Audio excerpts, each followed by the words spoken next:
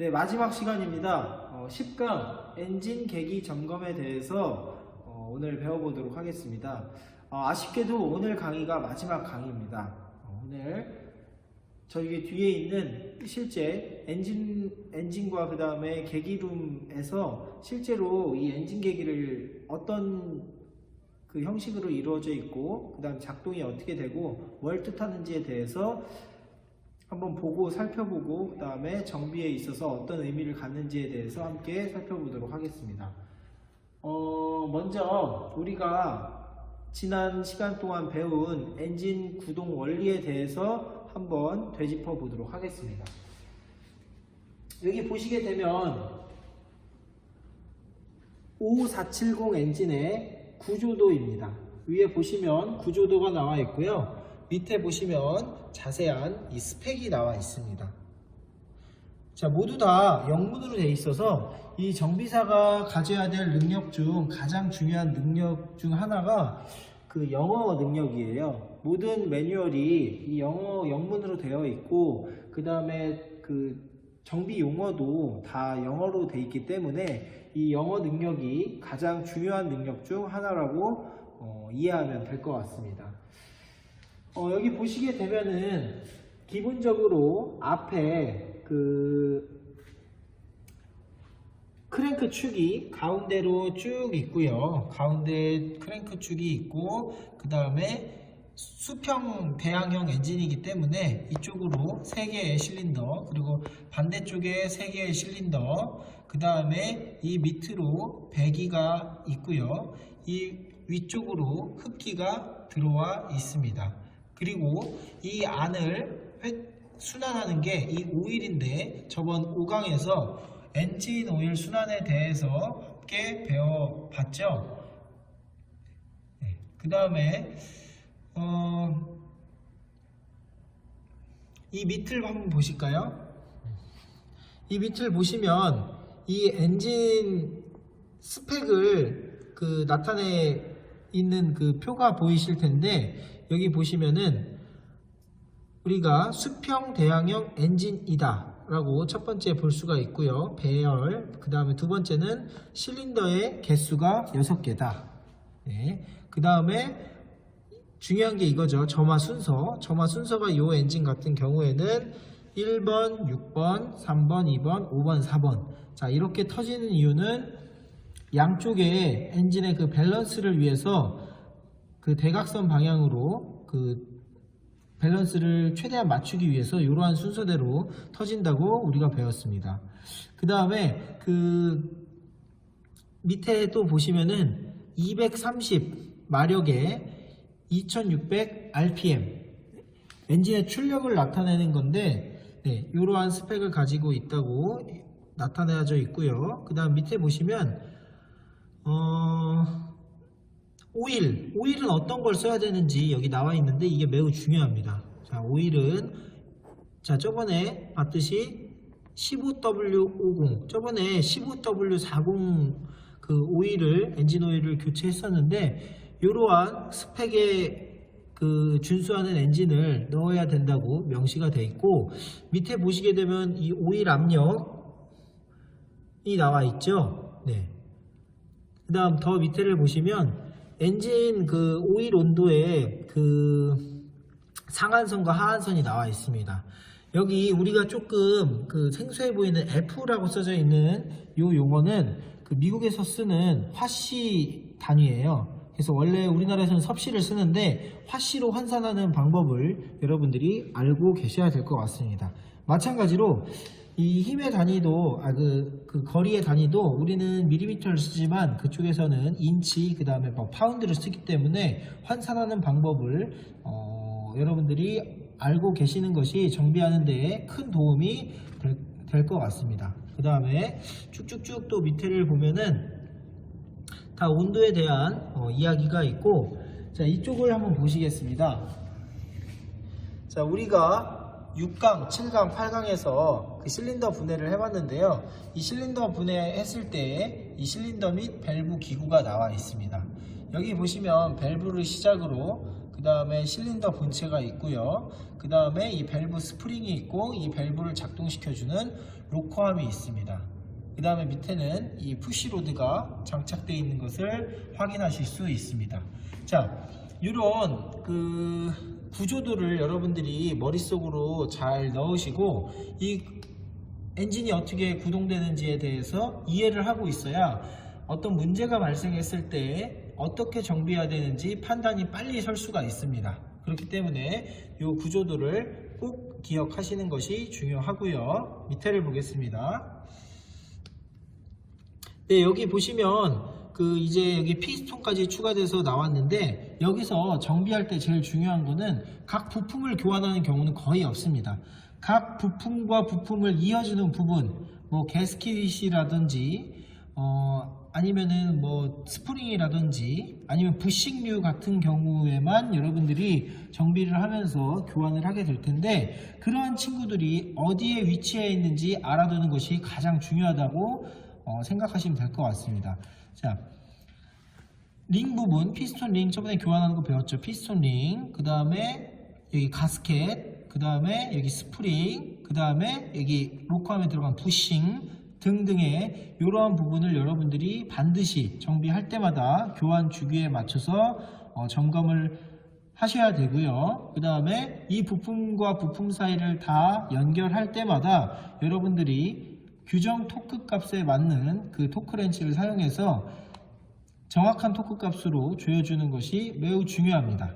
그래서 여러분들이 그 부분을 참고하시고요. 밑에 부분을 보시면 그 항공기 왕복 엔진 구성이 나와 있습니다. 이 구성을 보시면 그 뒤쪽으로의 어떤 그 정면도고요. 이건 측면도인데요. 여러분들이 이거는 외관 검사할 때 필요한 부분이에요. 외관을 검사하실 때 외관적으로 봤을 때도 문제가 먼저 보일 수 있습니다.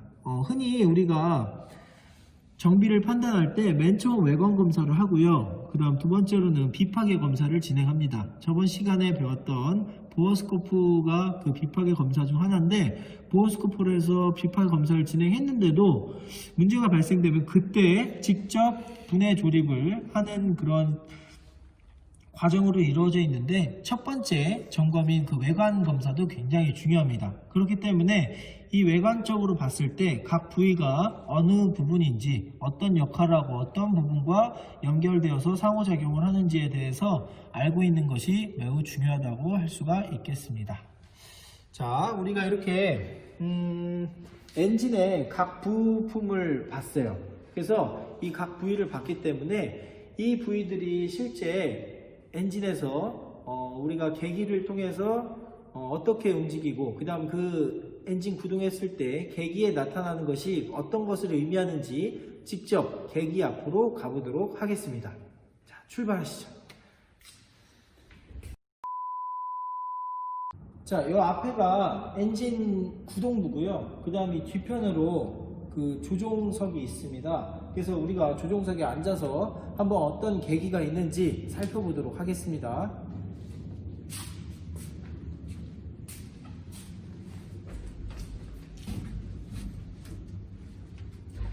자, 여기 우리가 그 영화 속에서만 보던 다양한 계기가, 복잡한 계기가 눈앞에 있습니다.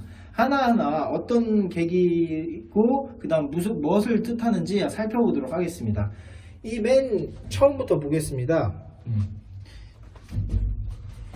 자, 전류계라는 뜻인데요. 이 전류 값이 얼마나 되는지를 나타내는 그런 계기라고 여러분들 이해하시면 될 것 같고, 이 두 번째는 여러분들이 잘 알고 있는 단어 두 가지로 조합되어 있어요. 아워메타. 자, 뭘까요? 시간이요. 맞습니다. 이 시간이에요. 사용 시간이 얼마나 되는지를 나타내는 건데 정비사의 입장에선 이게 굉장히 중요합니다. 왜냐하면 주로 우리가 정비를 몇 시간 기준으로 했었죠? 500시간이요. 맞아요. 500시간을 기준으로 우리가 정비를 하는 것이 굉장히 많았기 때문에 이 시간을 체크하는 것이 굉장히 중요하고, 그 다음에 정비를 하는 데 있어서 기준점이 되기 때문에 꼭 확인을 하셔야 됩니다. 지금 여기 끝에 4라고 나와 있는데 이 끝에 보면 10분의 1이라고 적혀 있는 걸 봤을 때 4시간이 아니라 4시간에 10분의 1 작동했다라고 여러분들이 이해를 하면 될 것 같습니다. 그 다음 여기 좀 생소한 그 용어인데요. 타코메터라고 써져 있어요. 그러고서 우리가 친숙한 용어가 가운데 써져 있습니다. 뭐라고 써져 있나요? 네, 보이시죠? RPM이라고 써져 있습니다. RPM은 회전수인데 이 RPM이 5에서 30까지 써 있어요. 근데 여기 곱하기 100이라고 돼 있으니까 500 RPM이 거의 최저 RPM이고요.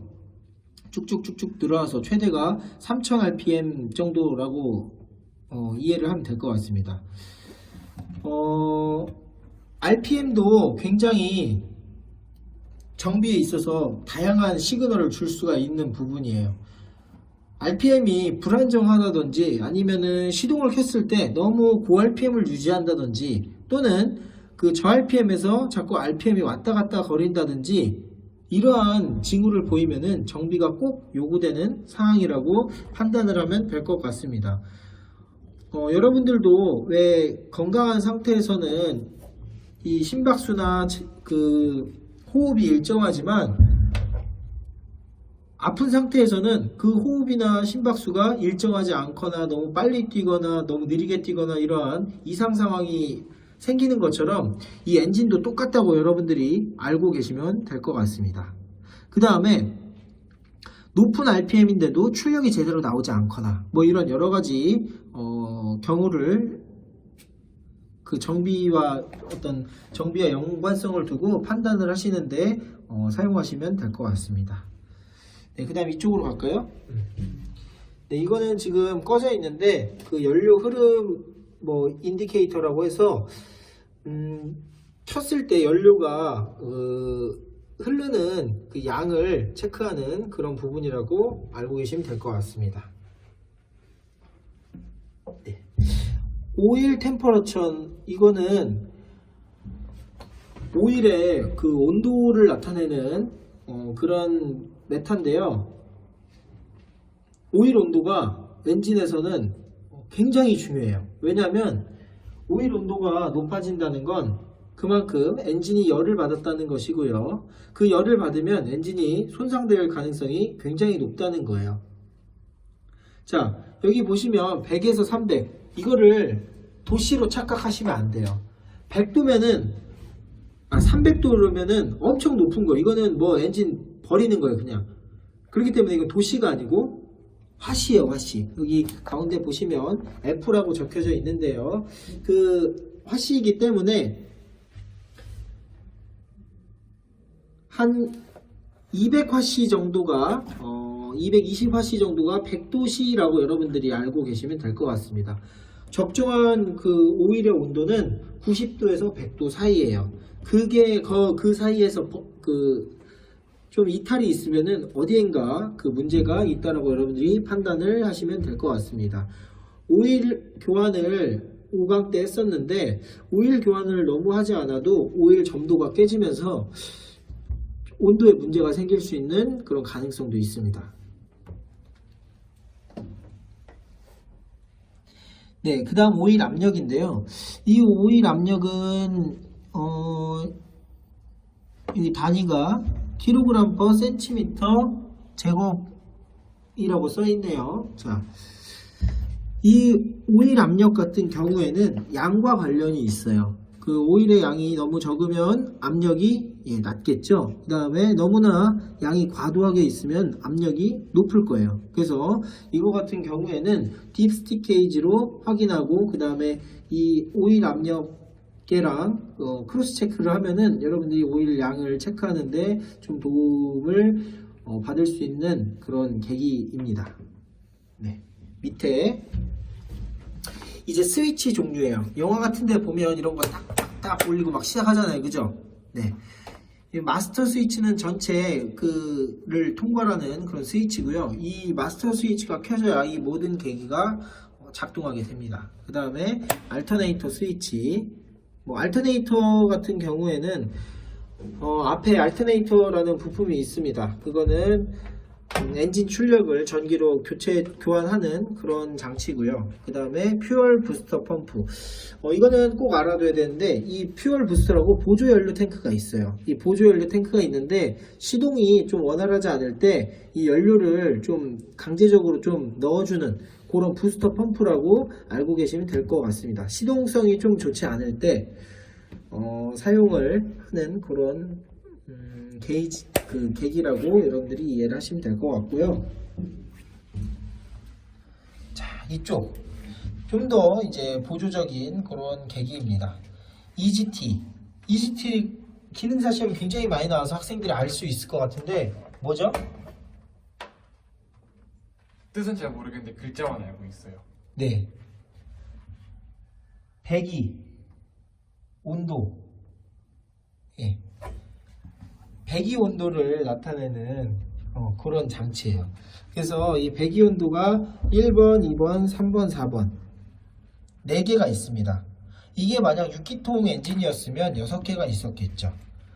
그래서 각 실린더마다 배기에 그 센서가 있는데 그 배기 온도가 너무나 높거나 낮거나 하는 이상 상황을 조기에 발견할 수 있는 그런 그 EGT 계기입니다. 그래서 보통 배기 온도가 너무나 높을 때 문제가 많이 발생하는데, 배기의 온도가 너무 높으면 안에서 이상 점화가 일어나는 그 신호예요. 이상 점화가 일어나는 신호이기 때문에 엔진이 손상될 가능성이 굉장히 높습니다. 그래서 이 계기를 여러분들이 꼭 잘 확인을 하셔서 1번 실린더에 문제가 있으면 1번 실린더에 온도가 배기 온도가 높아질 테고, 그 다음 4번 실린더에 문제가 있으면 4번 실린더의 그 배기가스 온도가 굉장히 높아지겠죠. 그래서 그 부분을 참고하는 계기라고 알고 계시면 될 것 같습니다. 그 다음 이쪽은 매니폴드 압력계입니다.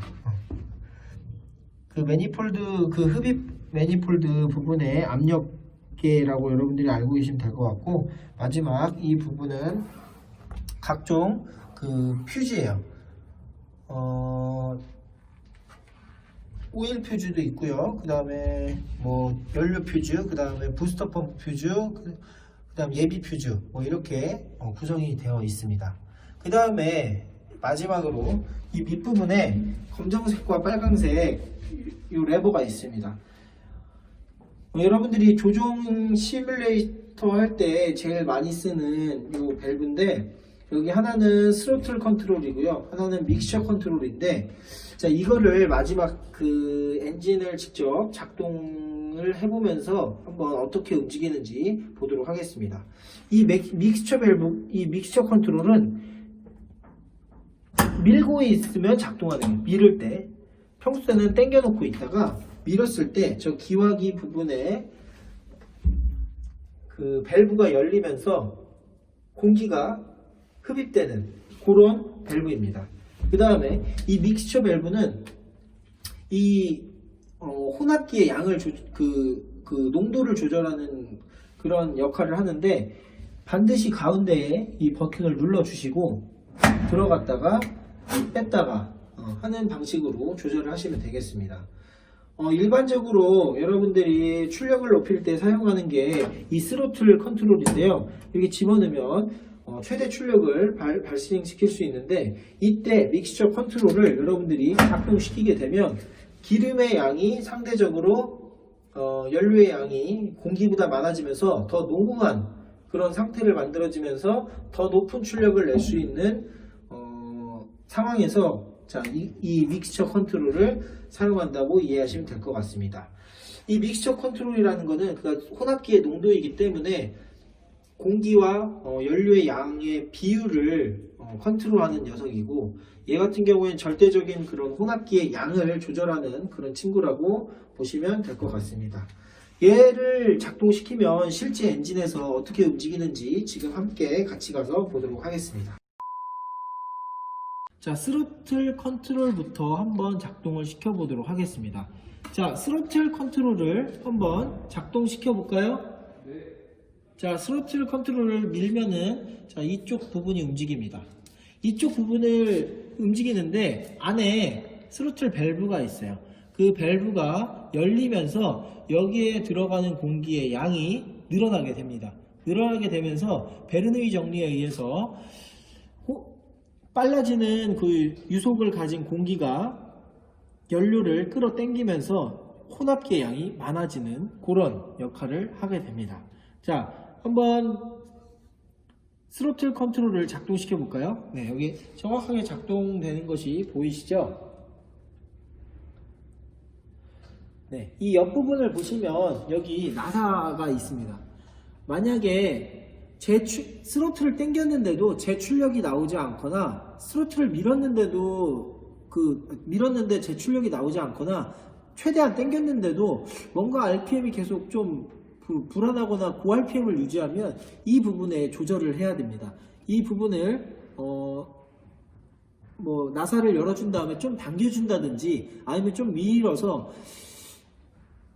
이 스로틀이 정확히 열리고 닫힐 수 있도록 내가 작동하는 그 컨트롤과 정확히 이 친구가 움직이는 액추에이터가 정확히 맞아야 되기 때문에 이 부분을 정비하는데 2인 1조가 돼서 이쪽과 그 다음에 직접 작동하는 부분을 체크해 주는 것이 이 스로틀 컨트롤 그 양을 정확히 맞춰주는 그 정비 방법이라고 알고 계시면 될 것 같고요. 반대로 이쪽 반대편은 믹스처 밸브 한번 작동해 보세요. 자, 믹스처 밸브가 지금 움직이고 있습니다. 그죠? 네. 이 믹스처 밸브도 마찬가지로 여기 나사산이 있기 때문에 이 나사산을 조절해 주면은 이 열리는 양 값을 조절해 줄 수 있어요. 그렇기 때문에 이 부분도 마찬가지로 내가 작동을 시켰는데 원하는 어떤 그런 농후한 연료비가 안 나오는 것 같다 라고 생각이 들면 이 부분을 조절을 해 주시면 되겠습니다. 자, 부가적으로 이 밑에 있는 이 부분이 연료 탱크이고요. 이 연료 탱크에서 지금 연료 필터와 연료 펌프를 지나서 여기 이쪽 그 연료 호스로 연료가 공급되는 이러한 구조를 띠고 있습니다. 그리고 항공기에서 보통 이런 경항공기 같은 경우에는 저기 배터리를 24V 배터리를 사용하고요. 이 24V 그 배터리가 그 저번에 시간에 배웠던 마그네토와 이 스타터 같은 부분에 연결되어 있어서 그 각종 모터도 그 작동시키는 그러한 원리로 되어 있습니다. 우리가 지금 엔진 계기에 대해서 알아봤는데 마지막에 이 기화기라는 부분이 있었어요. 여기서 베르누이 정리라는 원리가 사용되는데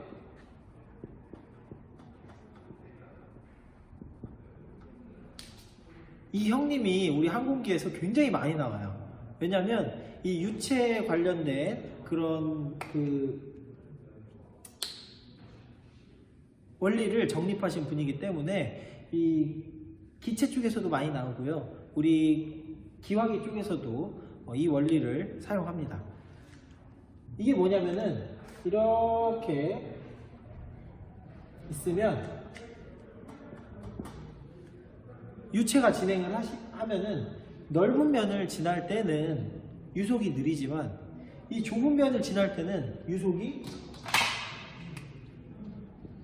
빨라진다는 이론이에요.